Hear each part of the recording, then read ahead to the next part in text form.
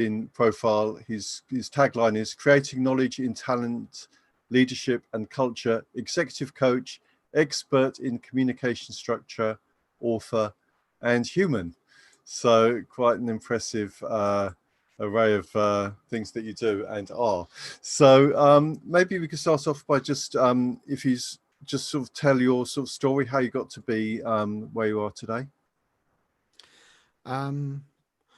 Well, back in 2002, I decided to take a voluntary redundancy package from the telecoms industry where I worked before, and do my own thing. I think over many years in the corporate world, I felt like I'd essentially become unemployable in that I was finding the corporate environment more and more restrictive.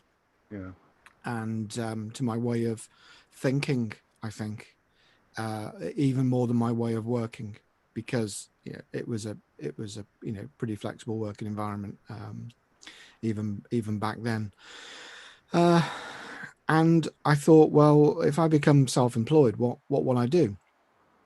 And so I figured I'd do this for as long as I enjoyed it, and if I ever stopped enjoying it, I'd do something else instead. So that was what was that, 18, just coming up on 18 years ago. So it's still going out okay. There's been some ups and downs, obviously.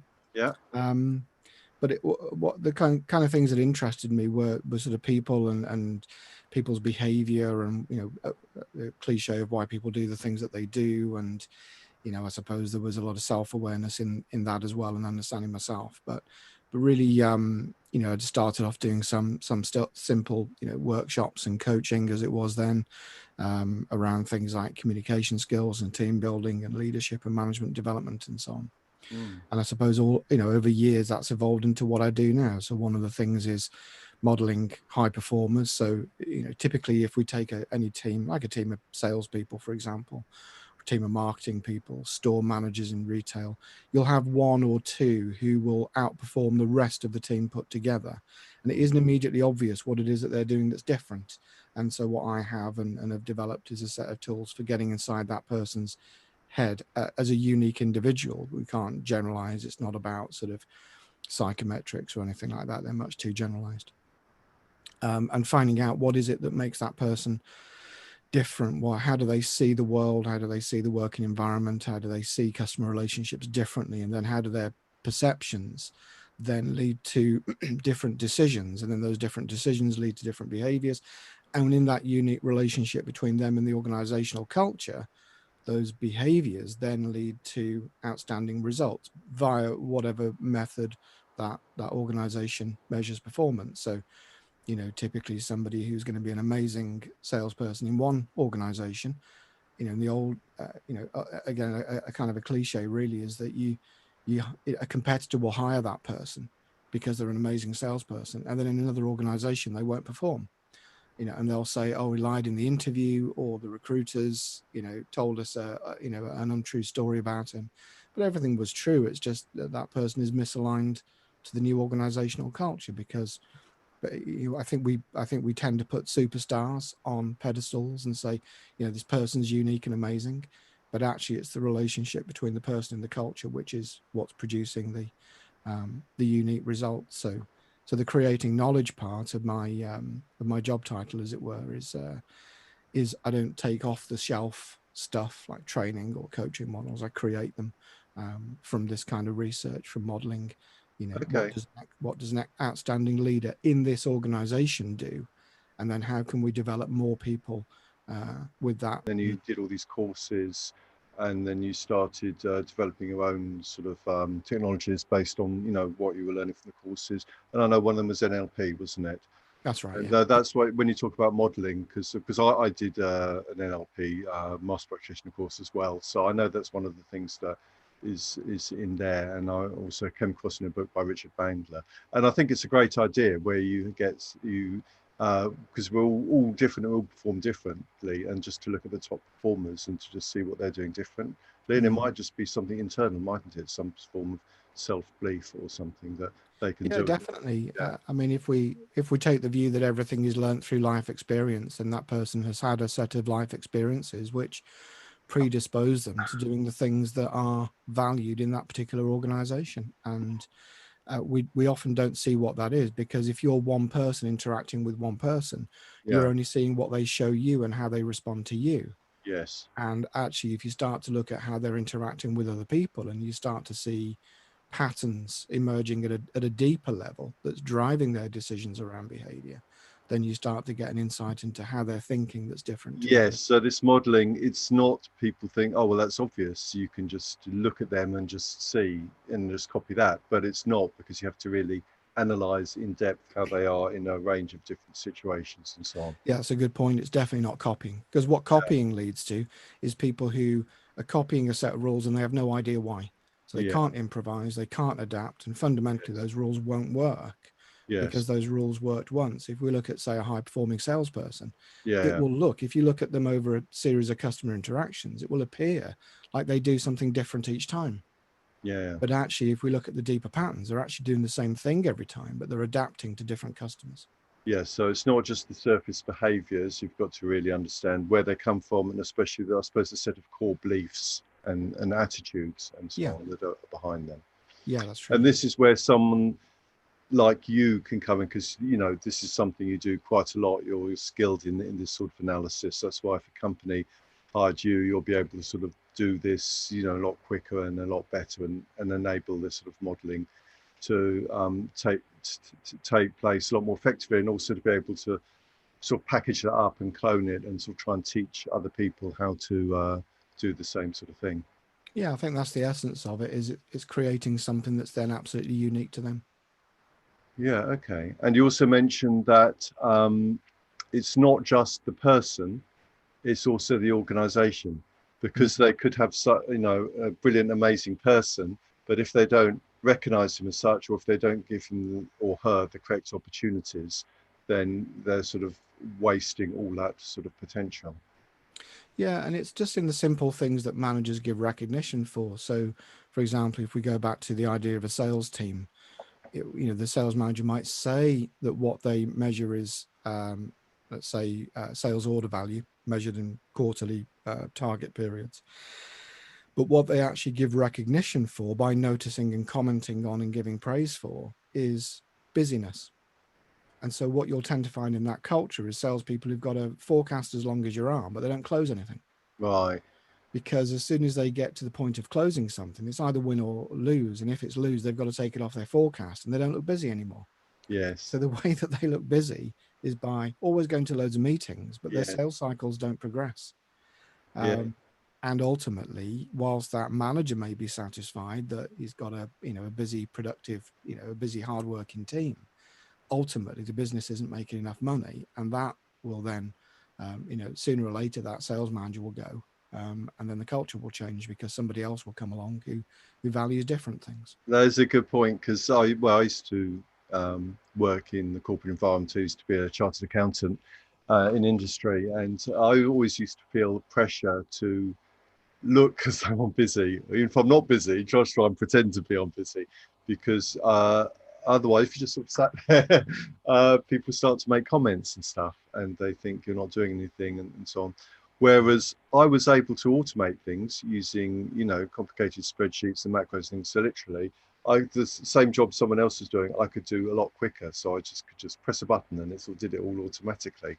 Yeah, So, and I was far what do more you do with the valuable. rest of your Pardon? time? And then the challenge is, what are you going to do with the rest of your time Exactly. so that Yeah. your colleagues aren't horrible to you because you're Yeah, making them look lazy? yeah, and I think that's why it's important for business to really focus on results, paying by results and so on, rather than how busy people look, because anyone can pretend to look busy and stuff. So. Well, and what's happening at the moment is, obviously with a lot of people working at home, is the manager can't see people anymore, Which and is so quite an they've got advantage, other actually, if you're measures. the Otherwise, yeah, the whole thing falls over.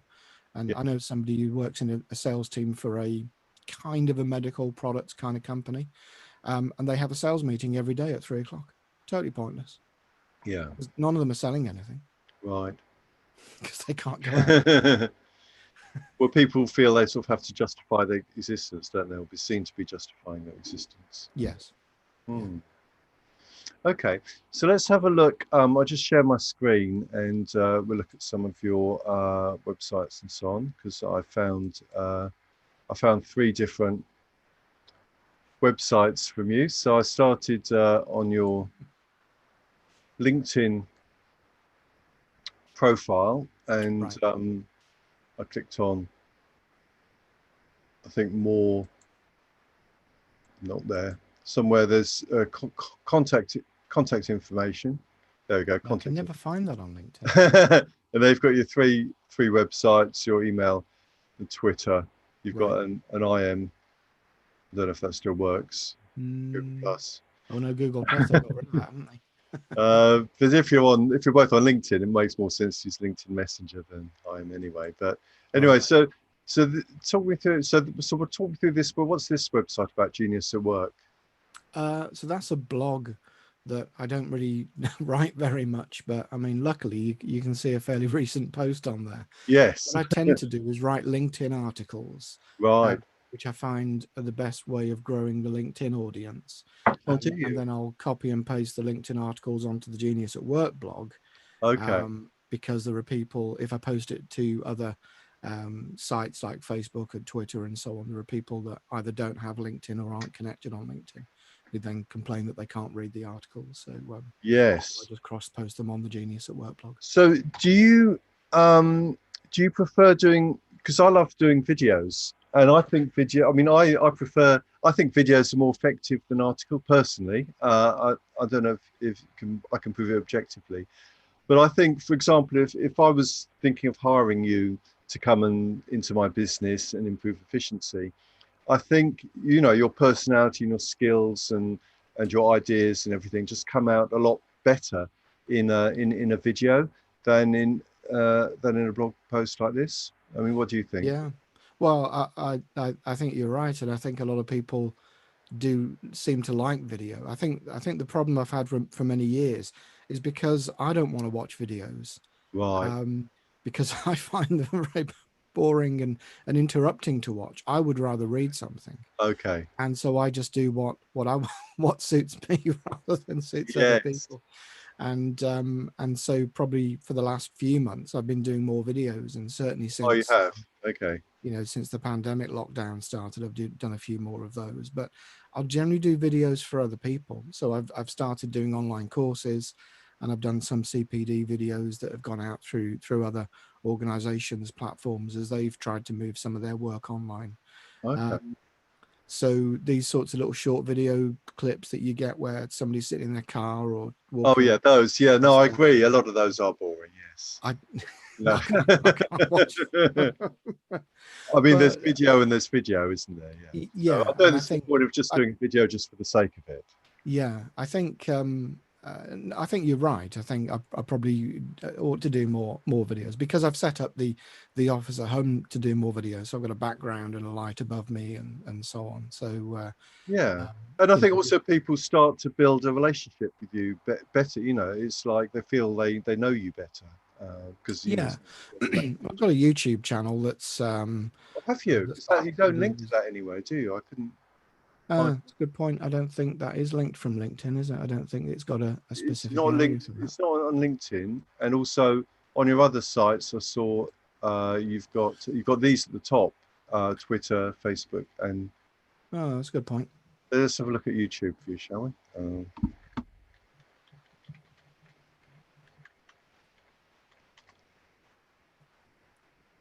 This one? Oh, oh, oh, that's me. This is this is me on YouTube That's Live. us This is now. us now. That's number one on YouTube. If you go three down, that's or four down even, that's definitely on my channel. That one. Okay. Yeah, that's definitely on the channel. Oh, there you can see they're all There there. we go. Okay. So let's. So these are sort of talking heads videos, testimonials from training, actually. Okay. So you teach NLP I master do, yeah. training. Yeah. Okay. So that's one. So you have to be approved by like the whoever owns the NLP brand to do that, don't you? Or I am, yeah. not? You are. There are a lot of people who aren't. Okay, really. But I So know I'm that NLP, they have been sued. I think didn't they sue Tony Robbins? they tried to. Yeah. They Okay. tried to, but failed because it was already in the public domain. Agreed That out bit of too late. court, wasn't it? Whatever. Yeah. So Came there's a lot of, so there's a combination of me talking to camera, yeah. testimonials, and if I'm doing anything like speaking at a conference, I'll tend to record it and put it up on YouTube. Yeah. So I've just sorted here by number of views. And I like the titles. So you think you know meta model, question mark, everything you know about NLP is wrong. Yeah. And I love the picture, the famous curiosity, provocative, polarizing statements. Yeah. Great stuff. I found they were very effective, particularly at the NLP conference. Yeah. Getting the most participants in the room, and certainly, so you think you know meta model. I think I had about 80 people or so in the room, and I also live streamed that one on Facebook at the same time. Okay. I had a lot of people watching live as well, and yeah, I think I mopped up pretty much everybody at the conference there. Really? Wow. So getting people in the room, yeah, and I think, you know, as probably as you would advise as well, that getting 8 people in the room is nice, but it's what you do with that afterwards that But counts. this one has 7,000 views. Yeah, I didn't know that actually. That's pretty good. Isn't it? 80 in the room. Now, how did you get so many views for this one? I don't know. You linked to it somewhere. Probably, but not much. I think that Really? would be mostly organic, because so what meta model is it's the underlying language model of NLP. Right. It's a way of understanding how we organize our experience of reality, that is represented through the way that we organize our language. So if you think of any word that you would use to describe an experience, you could use hundreds of different words. Why do you choose the word that you do? And that's because that matches a pattern of your experience of life, and that will therefore then also dictate your choices and your behaviors. Yes. So by understanding the structure of a person's language, we can actually understand how their brain is wired up. It's, you know, it's that straightforward. So And also you encourage people to use different language, to use different words. If they change the way they're thinking, their language will change naturally. Yes. Okay. If you forcibly change someone's language or get them to consciously do that, it can have some useful effect in reverse. But they could just end up just translate using that word, but really thinking of it as the old word. It can actually create more conflict as well. So things like affirmations, for example, if you're saying something that you'd like to be true, but you currently believe that it isn't, it just creates more conflict, which actually is counterproductive. So you don't recommend affirmations? Affirmations, you have to be really careful how you word them. Okay. Right. Not a bad thing in themselves, but so just go into that a bit more. What are the traps if you word it wrongly, and how should you word them? Well, for example, if somebody every day was saying to themselves, I'm a confident person, and in their heart they know that that's not true, right, they will feel that conflict every time they say those words, and those words become more untrue the more they say them. Okay. And I think one of the biggest problems we have in the self-help industry in general is the whole thing revolves around a faulty question. The question is, what do you want? You can have everything that you want, and you can have anything that you want. Want doesn't mean desire. Want means lack. So what the whole self-help industry is doing is focusing people on what's missing, which is creating a pattern of addiction to the self-help industry. Wow. And so if we focus people on what's missing, what will tend to happen is that you'll get more of what you focus on. So if you focus on what's missing in your life, you won't get that, because you only know it's missing. Yeah. Because you're comparing yourself to other people who've got it. And they're not you. They're not living your life. Yeah. So instead, if you feel like you're not confident, instead of saying I am confident, which isn't true, you might say something like, I can find something today that I can do more confidently than I did yesterday. Yes. Okay. And so you're breaking it down to focus. Yeah, changing it from something that's is not true. So it's going to make you feel bad that it's you're saying something not true, and it's actually going to make it less true. But instead of that, you just see something that is obviously very achievable. You're saying one little thing, you can feel a bit more confident. Of course, that's true, because we can all do that very easily. So you're saying that something's obviously true, and it's like a sort of lower step, and so that makes it a lot easier to just accept as true and just absorb. So that makes a lot of sense. Can I hold my pencil more confidently than I did yesterday? Yeah. I could do that. Yeah, and I Small suppose that's the steps. problem. A lot of like people doing these affirmations and self-help don't really know what they're doing and don't really sort of understand this sort of thing It sounds properly. like a good idea. If I say Yeah, all these things, it'll become true, and it's not the case. Because what's happening in the brain is that the brain is a map of your experience of life, including all of your future hopes and fears, of course. And so what's happening is the brain is comparing two maps of reality. One is present reality as I experience it through my senses, and the yeah, other is something that I would desire or plan or expect to happen later on. And yeah, by comparing the difference between those two maps, the brain works out a pattern of firing of neurons, which activate muscles, which move my arms and legs, and then make my, so if I decide I want to go and make a cup of tea, I'll think about it. My brain will calculate a set of instructions to get me there. Sorry, I just hit my microphone. okay. We'll calculate how to get there. If the brain can't calculate a route because those Yes, maps are too far apart, yes, or because one of them is too abstract, yeah. then what you'll end up doing is just going around in circles.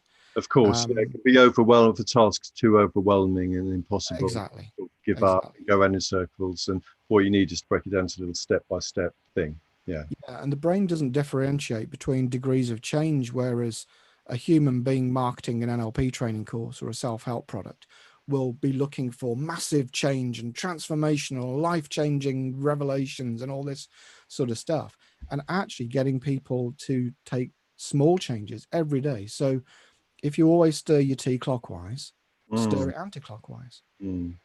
In terms of the wiring of the brain, that is as much a change as changing career or becoming starting your own business.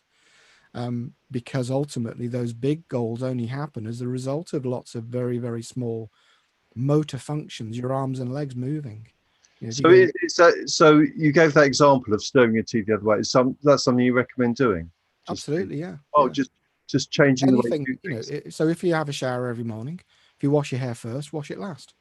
If So you the idea of that is to just make you less a creature of habit and to make exactly, you you're create. disrupting the patterns, the habits and the habitual wiring within the brain, because a connection in the brain that leads to you stirring your tea is functionally no different to a connection in the brain that makes you have a conversation with somebody, or makes you feel inclined to do something that yesterday you put off through fear of And failure, let's is say. this a sort of I also get the feeling that most of us spend most of the time pretty unconscious. It's like we're on automatic. Oh, Sometimes you drive totally. from A to B. Sometimes you get to B and you think, well, did I really drive? What was I doing? It's all happen automatically. And we've Yeah. got this voiceover, and really we're thinking of a holiday or what's on TV and stuff like that. Oh, And so that's true. Yeah, we're along for the ride. this is a technique to try and bring us out of that sort of unconscious daydreaming to something more conscious, where we have more ability to sort of direct our thoughts and do what works and so on. So yeah, certainly that's true, and some people would call that mindfulness, and Yeah, I would call it. It's what happens is the brain will release certain chemicals in order to facilitate changes of wiring, of rewiring of the brain. And if you want to do something different, fundamentally, you have to start by thinking differently, yes, because thoughts become action. And I don't mean that in a metaphorical way. I mean literally, thoughts, firing patterns in the brain become actions. My hands are moving. yeah, And if my hands move to type an email and press the send button, I've communicated with somebody as a result of that actions, and something will happen as a result of that communication. So yeah, there's a very clear sequence of events that gets us from where we are to where we plan on being in the future, because the future doesn't exist, of course. The only thing yeah, that really exists is the present moment, and therefore what counts is what are you doing now, and mm, which I guess is what you're focusing on in terms of marketing. What are people doing now? What are they, yeah. not what they say they're going to do tomorrow? Yeah. I mean, I also find because my mind tends to be very busy and I'm doing one thing, I'm thinking all these things, and then the next thing. And I find what's really helpful is just to sit and do nothing. Or what I do is I meditate actually most mornings. And I find that in that time when I'm sort of trying to watch my breath or whatever, sometimes these amazing thoughts come about business. And then I always like write it on my phone to capture it. So that's actually my most creative, productive time of day when I'm deliberately trying to do nothing. So, Mm, yeah, yeah, it's a good point. And yeah. that's been part of creativity and lateral thinking, research and and and training and books and stuff for decades. Yeah, That we know that, and yet still people feel I've got to do something. that's And right. it's all about relationships with other people. I've got to be seen to be doing something. Yeah, Like yeah, you said earlier about being seen to be busy. And yeah, when I worked in the corporate world, I would spend whole days walking around an office doing absolutely nothing all day, armed only with one of these. So if I had a blank sheet of paper in my hand, yeah. I could walk around an office for a whole day and Oh, nobody would ever ask me what I was doing. that's a good tip. So, I mean, if you're at work and things are on top of you, Yeah, and yeah, you yeah, I just need to take a break and clear my mind, yeah, but yeah, you're afraid that people are going to ask you, what are you doing? Why aren't you at your desk? Just walk yeah, around yeah, peacefully. yeah. Nobody will question you. And walk quickly. Like, can't Right. stop. Okay. Can't stop. Yeah. Every single one. Well, it helps if you have a big office, I suppose. Otherwise, it could look a bit suspicious. Yeah. Yeah. But as you say, this is one of the advantages actually of the lockdown and doing a lot more stuff, on Zoom and at home. We've got more ability to control our environment and our pace of work and so on if we're working I from would home. hope so. I mean, Yeah. I've heard from some people who feel more under pressure. They're kind of Oh, doing really? back-to-back Zoom calls, and Oh, okay. there's a lot of people talking about this phenomena of Zoom fatigue, which is to do with eye contact and social contact. Yeah. People having to put more effort into communication because they're not physically present with each other. Because I think when Yeah. people are physically present in an office, they get lazy. Yeah. Because I'm there in a room with you, I'll assume that communication is taking place. Hmm. Whereas what we're doing with these, online meetings is we're having to make an effort. We're having to plan. We're having to, think about what we're going to talk about, what the meeting's going to be about. And that, that's having an interesting effect. And some people are finding that more tiring Yes. than a regular day in the office. It just, there is something about Zoom. It does seem more tiring somehow.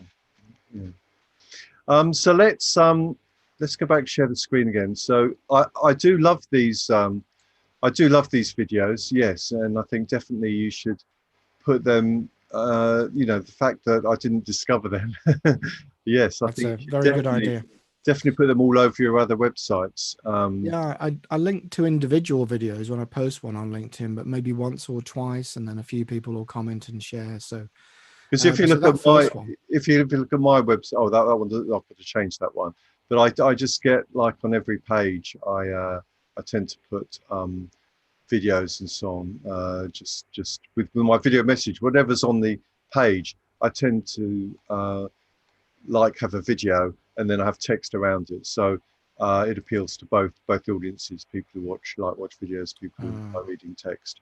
And that's sometimes what I do is when I do a video, I get it transcribed to servicerev.com, and then I can then just post the transcription.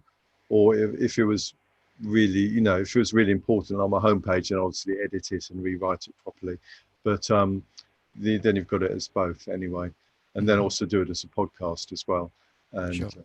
so I'm put on Facebook and YouTube and LinkedIn my video. So try and get every message. I just try and do once and get it as many different places as possible. No, So being the genius at work, which is to do with I suppose what we were just talking about, but it was this is your blog basically. And it's interesting you've got your blog on a different website rather than you could this Genius Learning. You could have like a blog thing as part of the same website. Yeah, I'm going to add that to the social links at the top. Well, at least that, yes. The historical reason for that was that one of my books is called Genius at Work, and it describes the modeling approach to creating knowledge. And so the blog originally started as the blog of the book. Yes. But the book has now been around for so long that the blog's kind of I don't know, I suppose moved beyond it. It doesn't really relate to the book anymore so much. It does in terms of theme, but not in terms of specific content. And so it's become more the sort of general purpose blog really now, as opposed to just promoting but the I book. think, well, I mean, I think, yeah, it's fine to have it on a separate domain, but I think it's good to have like one place where they can go to and they can get links to all your sites easily. Yeah. So, which presumably and you've got this site as well. Well, this is your NLP training. Correct. Yes. Yeah. Okay. So if someone wants to do NLP, they come to this one. But again, that's not linked to from here, is it? Or No, because Genius is more the corporate site, it's a and I corporate. tend not to talk about NLP with corporate clients. Oh, really? Don't they Yeah. like it? Yeah. Probably 10 or 15 years ago, I was doing a lot of NLP training within companies. Right. But there are so many other things that have come along since then. And often I find that when I'm talking to particularly HR people, they'll say, "Oh, we did NLP, 5 years ago." Yes, So they we would kind of, dismiss it. Yeah, because there's a lot yeah, of NLP people now. It's more reducing yourself to a commodity, I suppose. If you say you, there is that, and also knowing NLP is no longer an advantage, whereas for some people it's a disadvantage who've have a preconception about it, maybe. So that's the reason that they're separate. Although obviously the YouTube channel is shared. So right? because I couldn't be bothered to have two YouTube channels. And I've thought many times about merging the two together. My company is called Genius. So Genius is the parent brand of any NLP. To be honest, the reason I keep any NLP around is for two reasons. One, it's a nice short domain name, anynlp.com. It's not Yeah. many of them.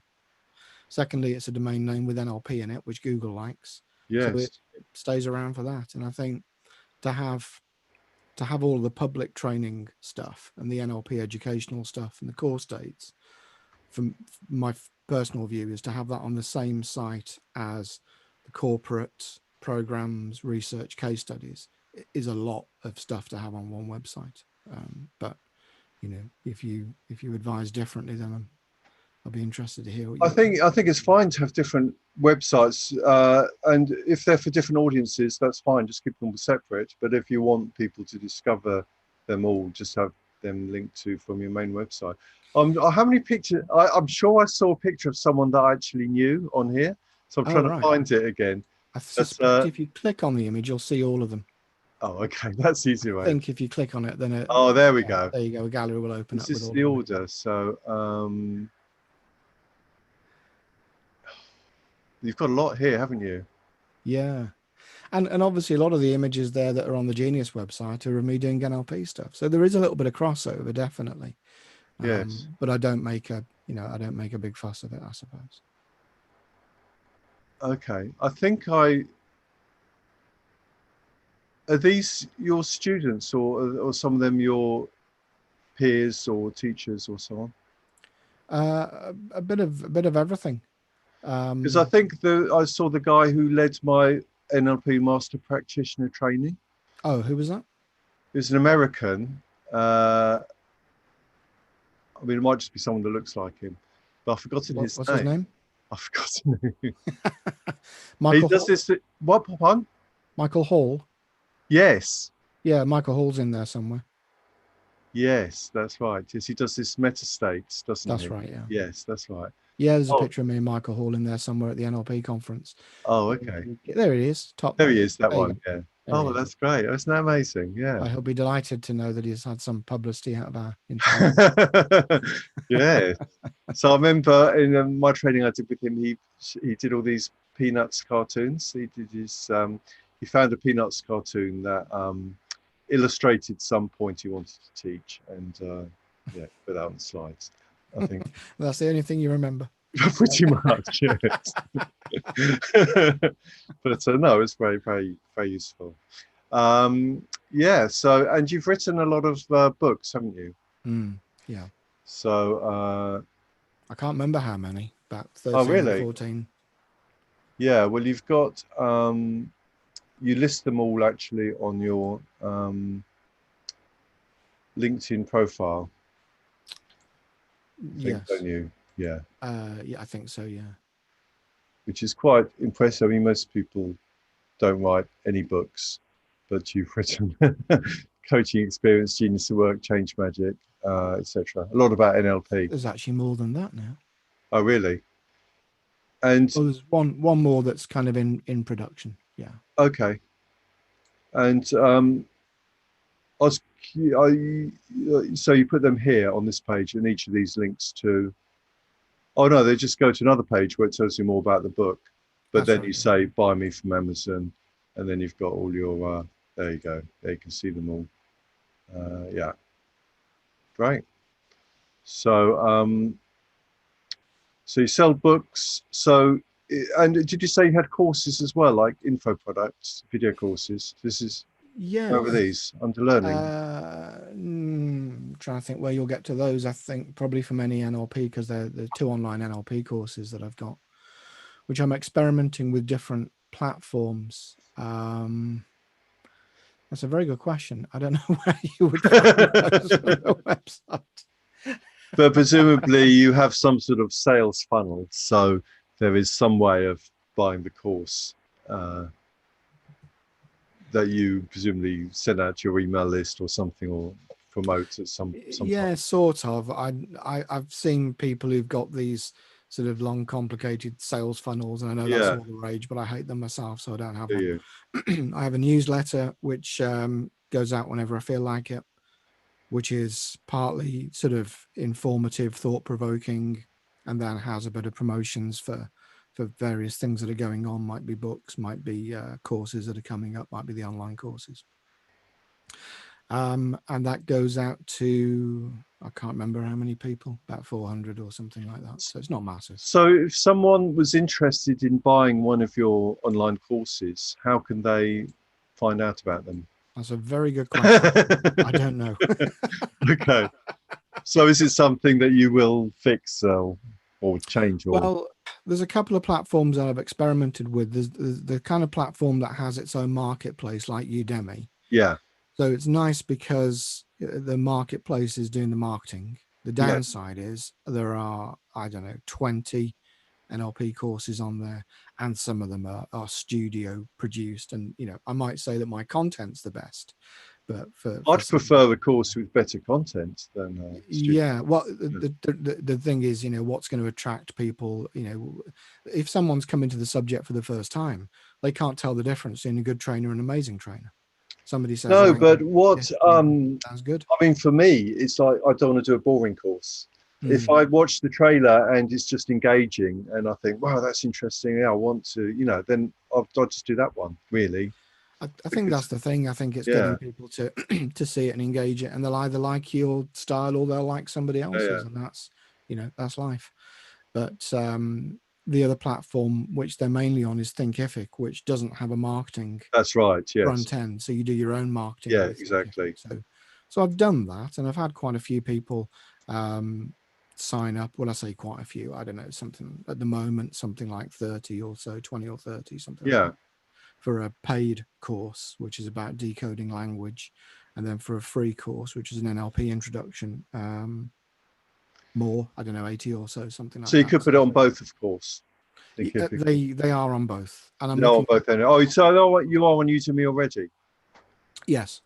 Okay, because I was talking to someone last week, Andy Edwards, as part of my show, who's a motivational speaker, and he knew someone who was really crushing it on Udemy and doing really well, and so we were looking at that, and that's what he wants to do for his business model. He wants to do on Udemy. Now, I've done 3 courses on Udemy, and none of them have done very well at all.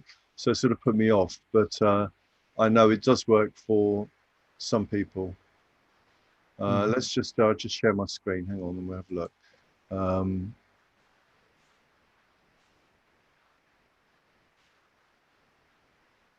So there we are. Decoding language for coaches. Yeah. So low sales basically. But if you wanted, but this would be good for someone if they wanted to consume your content. This is a very good sort of cost-effective way of doing it, I suppose. Yeah. Yeah, yeah.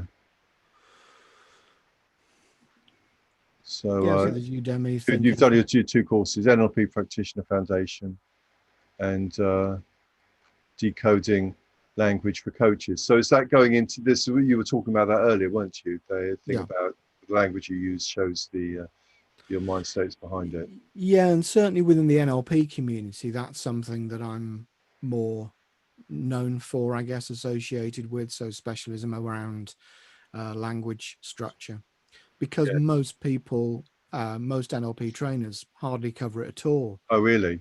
because they don't understand it themselves. And so they teach them how to model as just some useful coaching questions, and it isn't. It's the absolute, it's the very foundation of NLP. It is how all of the NLP techniques and principles were created. And so if we understand it, we can create custom techniques that are unique to the person we're working with, and so on. So it's very important. And I think hence why that video has had so many views on the YouTube channel, because it's something which, you know, a lot of people contact me and say, I don't get this from any other NLP trainer. Right. So, you know, and there's a fairly busy meta model practice group on Facebook where people come along and post stuff that they've read, or stuff in adverts, or stuff that their clients have said to them, and, you know, and we sort of have a look at it and trying to figure out what's really going on in it. So so I think that sort of thing is popular within the NLP audience. However, what I'm very mindful of is that the NLP audience is very small. Right. So I'm a member of something called the NLP Leadership Summit, which is a group of over 100 of the world's supposedly most experienced NLP trainers. Yes. And every couple of years we get together and they all argue about, oh, we've got to do more about this and that, and, you know, profile of NLP. And I keep making the point that outside of this room, nobody cares. Right. You know, you get within even the same, you know, within the coaching community, yes, coaching is tremendously important and it's going to change the world and it's the most amazing thing ever. Yeah. Go down the local retail park and talk to the typical person. They don't know anything about it and they don't care about it. You know, the stuff. Although people are, a lot of people know about Tony Robbins, don't they? Yeah, He definitely. uses a lot of sort of NLP techniques.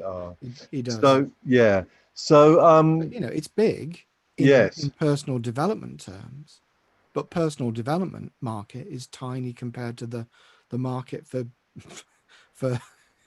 I don't know, for shampoo. Well, compared to shampoo, yes, but okay. But the target, your sort of ideal customer, I suppose, is someone who owns a business, and well, I think part of the problem is that we, you know, and I can go on. I think probably every day on LinkedIn, I'll get a new connection request off somebody who's promising to get me loads of leads and appointments for coaching clients, and they've got this proven marketing method and this amazing funnel and so on. Every day, I'll get somebody contacting me, and I think the challenge is if you're on a site like LinkedIn and you're connected with, let's say, other coaches. Yes. Or other marketing people, you're inside this little bubble, this little echo chamber where everybody's talking about that subject. Yes. And suddenly it seems like that subject is massive because everybody's talking. Yeah. Put your head out the window, nobody's talking about it. So I think for me, I've never really been that interested in working within that closed community. So I'll go to the NLP conference, but and speak at that for 2 or 3 years running, I think. But it's a very closed little community. What most of the people out in businesses who are actually spending money on my kind of services, HR managers, sales managers, managing directors, don't know and don't care about it. What they're interested in is, how do I get people to do X, or how do I get these people to perform better, or how do I affect strategic change within the business? That's what they're interested in. So I think leadership is one of the things, isn't it? That yes.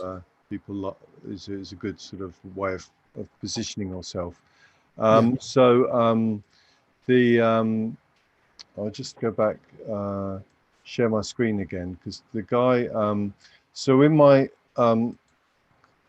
conversation with Andy Edwards, we look at Udemy, and I think the guy's name was Chris Croft. He does this leadership, here we go. This one has got 18,000. So this guy's crushing it. I think he lives in Southampton or something.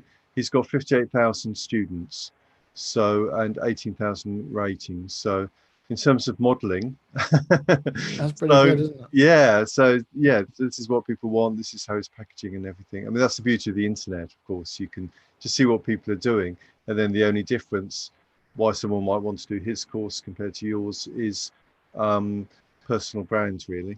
You know, like him or like you. So, and I think with a site like Udemy, it's the same as selling books on Amazon. It's the same as eBay listings. because of the way their ranking system works, as soon as you get their head start, Yeah. which typically you're going to get by being first to market, that head start widens over time. And so, for example, with Amazon, when you look at the Amazon rankings, Amazon's rankings have very little to do with book sales. They don't represent historic book sales. They represent rate of change over time, Okay. acceleration, basically. So one of the ways that people scam the Amazon rankings is when they launch a new book, they get all their Yes, friends to buy it on the same day. that's right. Yes. And Amazon thinks, oh, wow, there's a big panic to buy this book. This is going to be massive. And so Yes. they'll push it to the top of the chart to put it in front of more people to sell more books in a short space of time. So Yeah. the Amazon sales ranking isn't a reflection of how many books have been sold. No. It's a reflection of what Amazon wants you to buy, Yeah. which is exactly the same as the shelves in WH Smith's and Waterstones. In fact, they're not even owned by the bookstores. They're owned by the major publishers. And what they put on the shelf is what they want you to buy. Right. Which is not the best, often not the best books, No. but the books of the highest profile authors and so on. So if you're a TV celebrity, you're guaranteed to get on there whilst you're in your 15 minutes of fame. Yeah. And so I think that's a challenge with systems like Udemy, because for me, they represent that sort of inorganic growth, that if you're in early and the production values are good and more people see, well, more people have bought that, therefore that must be the best course. Yes. That unless you come along with something that's radically different in terms of content, then I think that gap will widen over time. And there comes a point at which there are more people entering the market, like I did, but probably have decreasing returns the longer you leave it. Well, that is one aspect, and of course, we all wish we'd have got in earlier. But on the other hand, it's still better to do it now than to wait 5 years and do it. So I agree. I yeah. agree. So the best And time you're to right. do There it. will be some organic growth. There will be some people who go Yeah. to Udemy and see my name and have read a book and they'll sign And up the to my thing is, course. and also that's the idea of having all your other parts of the system working together, like creating a whole ecosystem where everything links to each other. And they find you on YouTube, and then they come to your website, then they go to Udemy, then they go to Amazon. So it's all, everything's trying to link together, and then it all sort of goes up together. So I'll quickly show you the sort of thing that I'm doing to market myself. So I've got my basic website, and then what I'm doing at the moment is I'm creating these videos. So I post them. So I do lots of different videos, and I was doing one a day on my iPhone, and just putting them on my like YouTube channel and Facebook and so on. But now I've started getting into doing these shows. This is my live show now. So what I really like to do in these shows, because I personally really enjoy doing the show. And then this is one we talk about Udemy. I enjoy doing the show, but also I think they're more, it's just useful content. Someone could be, if they're sort of like me or like you, they're sort of interested in the content, because a lot of people are interested in marketing, and we've got different ideas how to do it, and people are starting to respond. So I'm just actually check my I'll just see if anyone, if you're watching this, do you want to leave us a comment, and then this is your opportunity to chat to Peter live and say if you've got any questions or whatever. So and that looks like you're advertising. Are you running adverts as well for the videos? Yes, as you can see, because this one got 26,000 views. I spent £100 on that. So that was just a test. I was amazed by how many views. Now, the reason I did that, A, was to test different audiences and things. B, it was to create, now do you know what this is? So this is in Facebook Business Manager. This is the audience page. So this shows, and you can create custom audiences. So I've created a custom audience of people who watch 95% of my videos. So 1,200 people have watched 95% of my videos. 2,500 watch 50%. 3,000 watched 25%, and 17,000 have watched at least 15 seconds, which is the through play. So now when I do a Facebook ad, I can retarget these people. So I think this is, and as you can see, so this is an example. So my 95% video views, it costs 17 pence for a click compared to 32 pence a click if they watched 50%. So you know, I just does that mean the number of different videos, or does that mean the amount of, you know, they've like given up 95% of the way through watching a video, or does it mean they've watched? So what I did, this custom audience, I put about 20 different videos in there, and I said if they've watched 95% of at least one of them.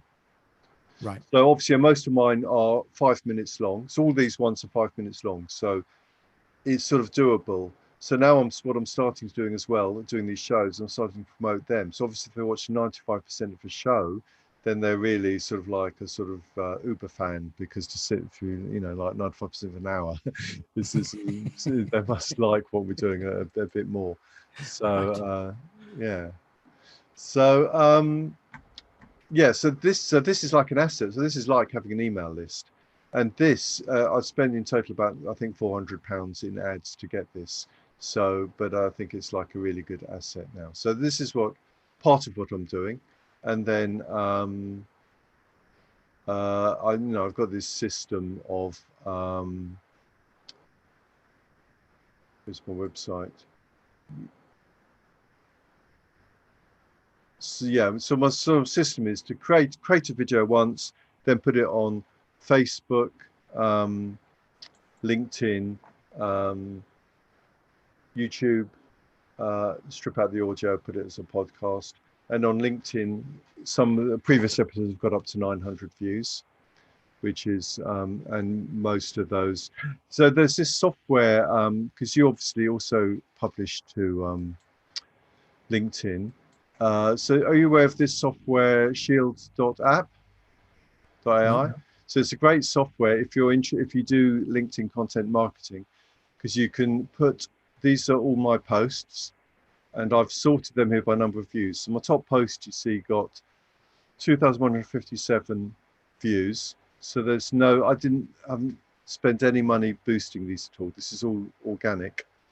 And in terms of my interviews, the top one was, so far this one, a very interesting discussion, which was 895 views. And you see this is the post, view on LinkedIn.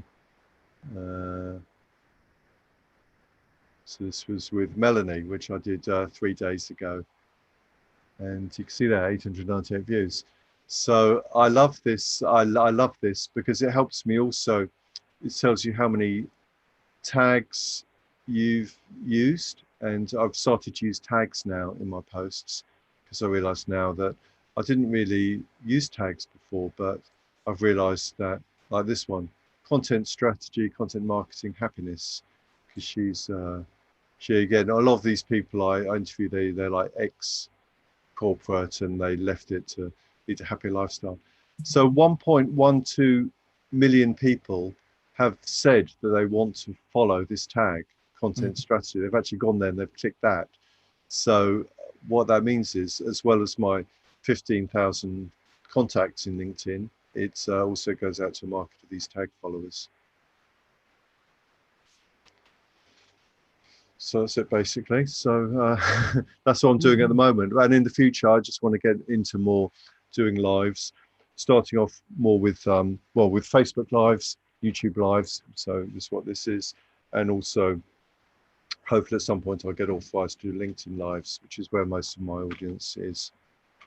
Oh, what, they're LinkedIn doing that now, are they? You can apply to do LinkedIn lives, yes.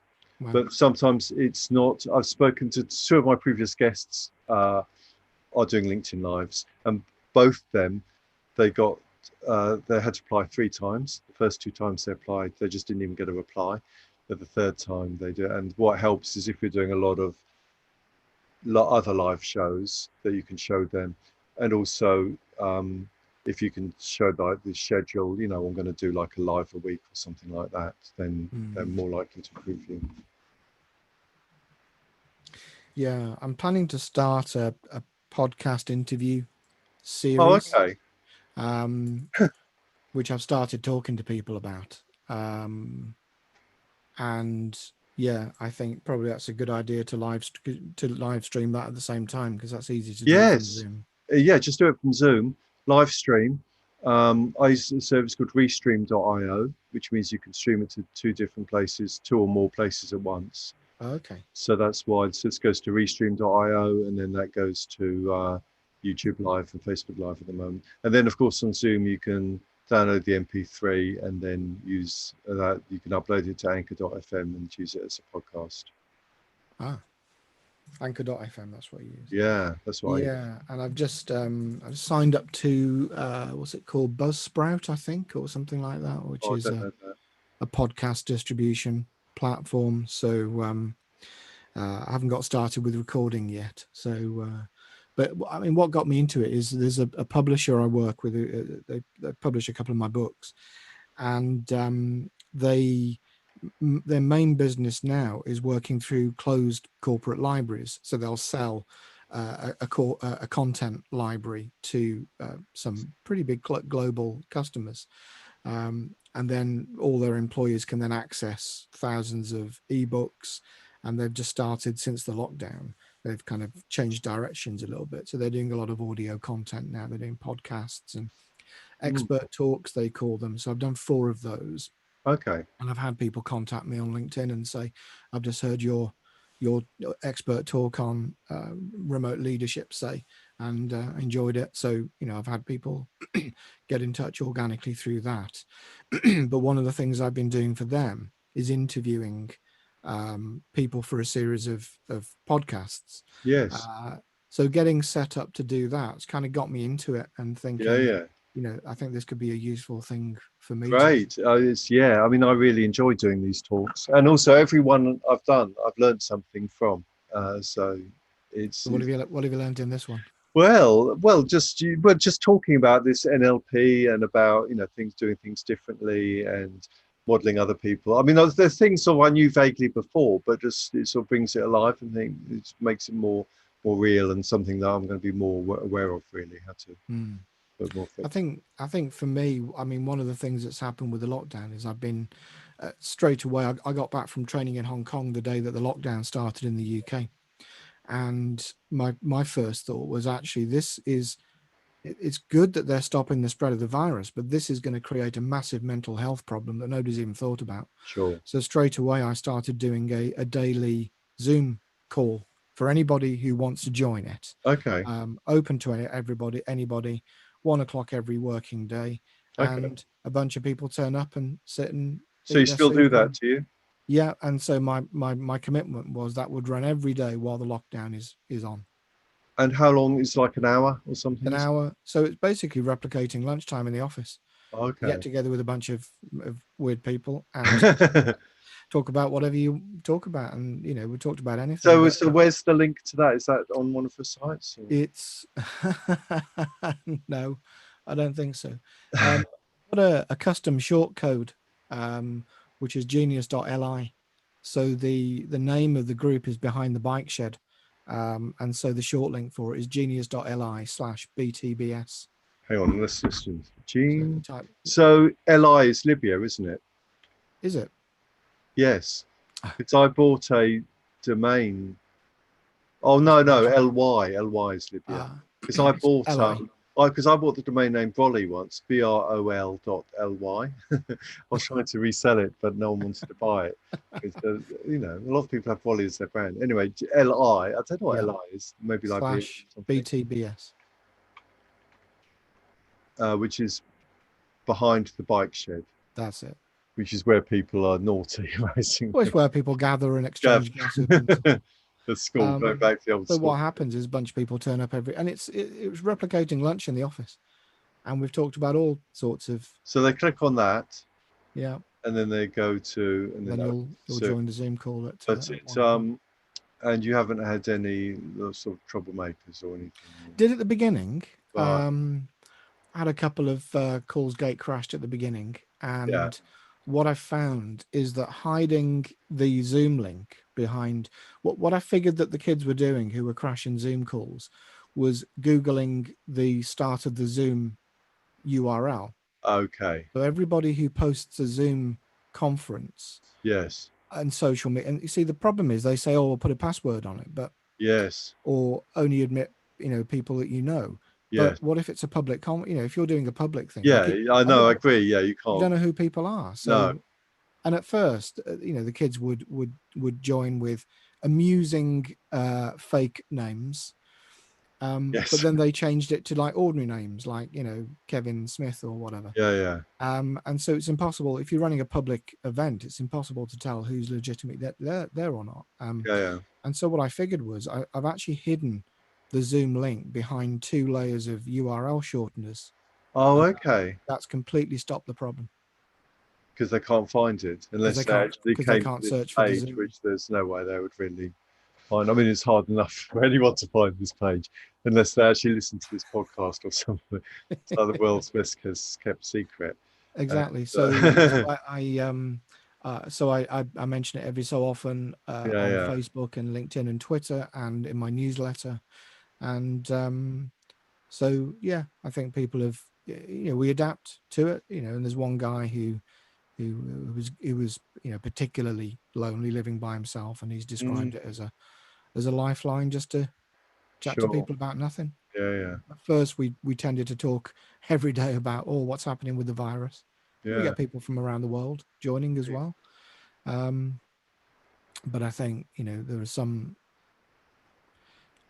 anything that we can do to stay in contact, because what I realized was that social isolation Yeah. is probably the most significant factor leading to depression. Definitely. Yeah. And the problem is that the person who's depressed doesn't know that they are, Yes. but other people will see their change in their behavior. But if Yeah. you're not interacting with anybody, Yes. nobody else has a chance to see a change in your behavior. That's right. And when you start to get depressed, you actually feel less inclined to communicate with other people. Yeah. So it's a problem which will, once it's started, will tend to spiral over time. Yeah. And so it's just been at first I thought I've made a rod for my own back here, Yeah. saying I'm going to do this every day. But Yeah. there's been a few days I've had to do other things and I haven't been able to join. But Yeah. I find it actually quite uplifting just to take that pause. Yeah.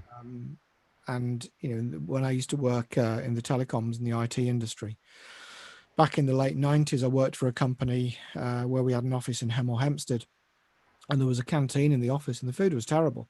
But what we used to do was, you'd grab 2 or 3 people, whoever was happening, and say, do you fancy going for lunch? And we'd go and sit in the canteen, and we would actually talk for an hour about non-work stuff. And it depended on who was in the office each day. Sure. Whereas other companies I've worked for, after that, where we didn't have that, working from different offices or based at home. Yeah. And it's interesting I think that's one of the challenges, I think, for anybody who's self-employed, is maintaining that sort of social contact, that sense of belonging to something. Yeah. And I think over the years, a number of people have tried to have a go at that problem, usually Yes. by, serviced office space. Well, there's different ways of doing it. And I suppose I think I'm all about building community as well, like you are, because I know that in the past, I've been in that situation, more isolation, not having so many friends or contacts and stuff. And I know it's a massive problem for a lot of people. And I just know that the more people I'm in contact with, the happier I am. And also we can learn from each other more, just some business. So that's why at some point I'll have a mastermind group, and instead of doing like maybe these one-to-one calls, I'll have like more group calls and stuff like that. So it is something that I'm definitely going to look into in the future. But anyway, we're coming up to an hour. Oh yeah, so I know you're probably very busy, as probably our viewers are as well. So do you have any sort of final words before we end the call?